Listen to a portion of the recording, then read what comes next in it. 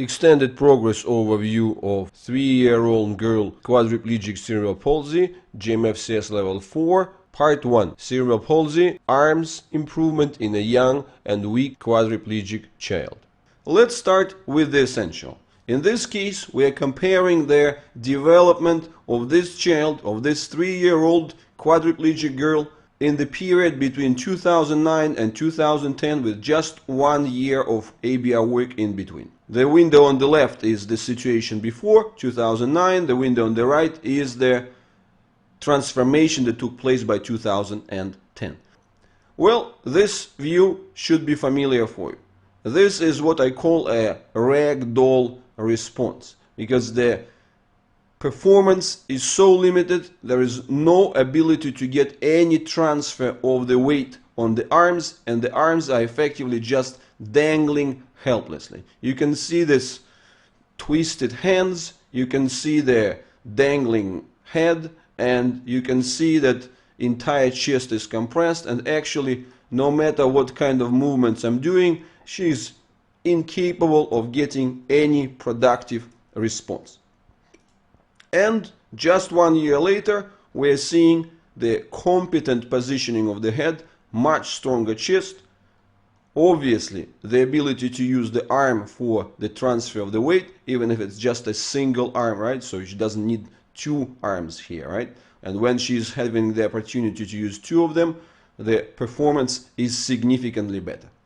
Well, the transformation, again, I believe is quite amazing, quite remarkable, and very, very clear.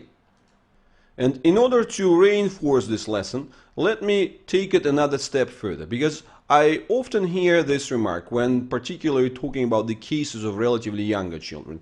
Say, well, she's just too young, and on the left, she's too young, that's why she's too weak, and on the right, 1 year later, she's older, so she naturally has improved. Well, first thing that has to be made clear, this is a profound weakness, and, well, I'm not just presenting this case, you're going to see, and you have the opportunity to watch more cases of this ragdoll children, and to really understand that things do not get better by themselves. If anything, they get worse. If you look at the cases of the 7-year-old child, 9-year-old child, and so on, the situation does not improve. The second aspect I want to bring to your attention is this, that for the healthy child, which I'm showing now in the window on the right, it's really important to understand that straight from the very beginning, because this is a picture of 2 weeks old child, the remarkable strength is present. Nothing is compressible. The child, the newborn, the healthy newborn is never a ragdoll, whether it's just a 2 weeks old. And this is a child who is 2 years, 3 years old. And you can see this incapacitation. So therefore, I would really like you to make sure that you don't fall for this false argument of saying, well, the child is just weak here, and that's why it's a spontaneous improvement. No, the improvements like this, they don't come in the spontaneous fashion. And I hope that you can see very clearly that here the new situation, the new status, the new strength is much closer to the performance of the healthy child than to the performance of the child with the challenges that she experienced in the beginning. And there are a couple of other remarks which I want to address to skeptics, right? So first skeptical remark comes like this. Well, maybe the child is just relaxed. She didn't want to do anything. Well, I believe the answer to this is very obvious.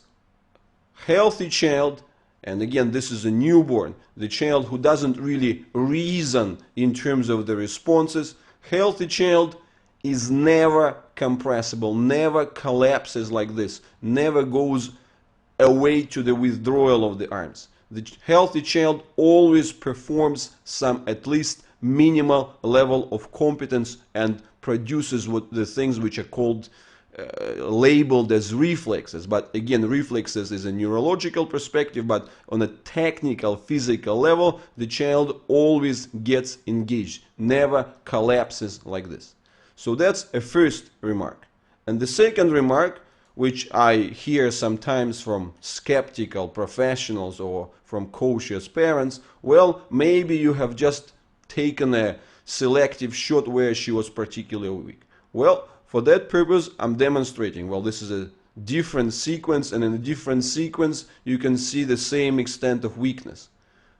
We do take care and we do take multiple shots, and any comparison pictures that we include, they're always backed up by multiple sequences of and series of tests. Sometimes I don't bring all of them, not to get you overly tired of showing the same thing, but that's what we always do. So it's consistent and it has to be present from the very beginning. So this weakness, this collapse is not the excuse for being a young child. Even the newborn, in the normal circumstances, in the proper performance, has to have these fundamentals right from the beginning. And this consideration brings us to the next lesson. This is the next phase. We started with the flight, we started with landing, and now what happens on the floor. And again, you can see very clearly here that when she is lying in the prone position, even when she is trying to get the head up, it's not working. She is just getting it dug into the ground. This is a remarkable difference from what we are observing just 1 year later. 1 year later, she is quite competent. She is capable of getting different positions on the floor. She is able on transferring herself on the elbows, and actually she can sort of play during this performance. And once again, I want to make it clear that the young age is not an excuse. This is the performance of the 4-month-old healthy child. I hope that you can see the dramatic difference in the head control. So, and when it comes to the 11-month-old child, you see the amazing strength and competence that the healthy child is able to show. Unfortunately for this girl, to begin with, she wasn't capable to do anything in the floor position. Let's have a look at the other tests which are going to make it very clear. So again, you can see this ragdoll performance, and when I'm helping her by lifting her head, what happens then? Boom, the head just drops down to the ground.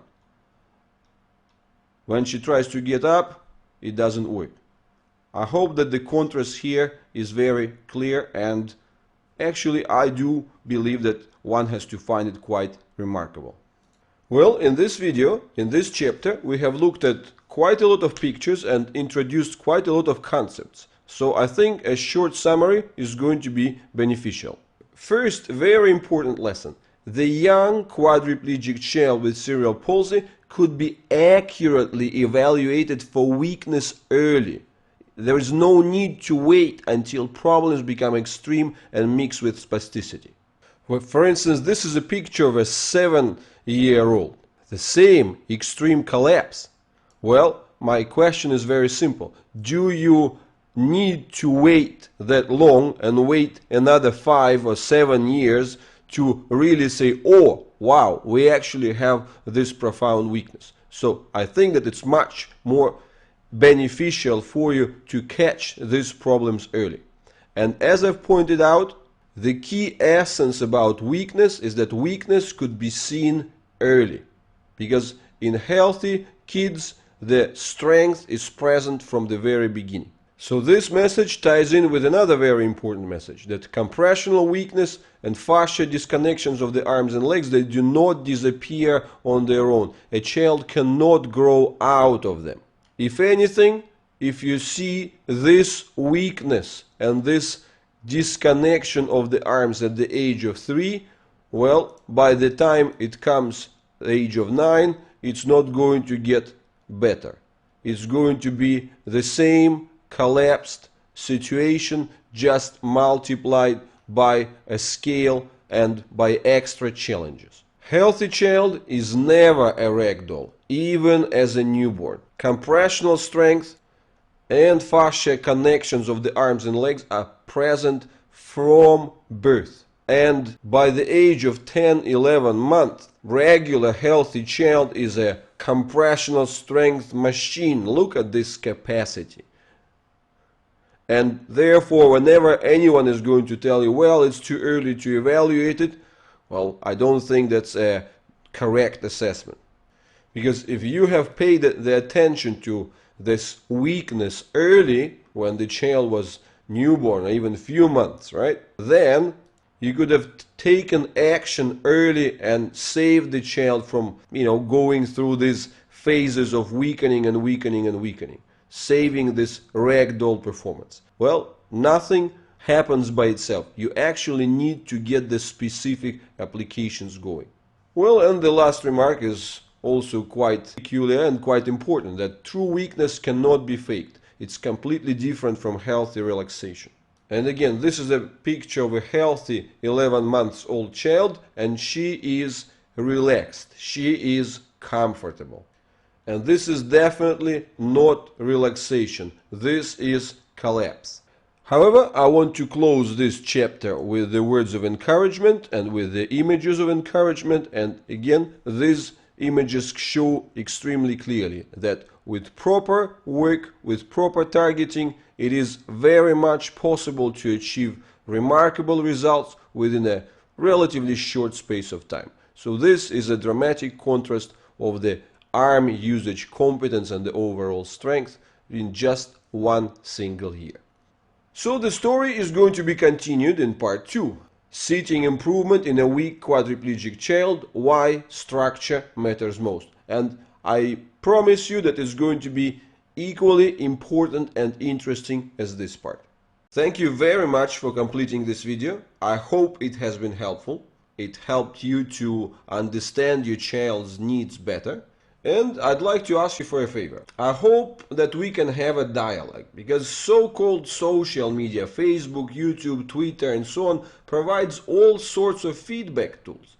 Like and dislike buttons, you can leave comments, you can share videos with your friends. In other words, it allows us to have a real two-way interaction, instead of me just being a talking head or a voice behind the slides and the photos and you being just a faceless click for me.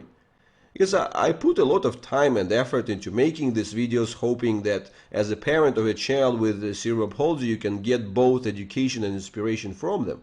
So I'd really appreciate if you can spend a few seconds and express your opinion. What you've got out of it, positive or negative, helpful or not, worth sharing and so on. The key thing is to hear your voice and to interact. Thank you very much. I really appreciate your time and effort for doing this.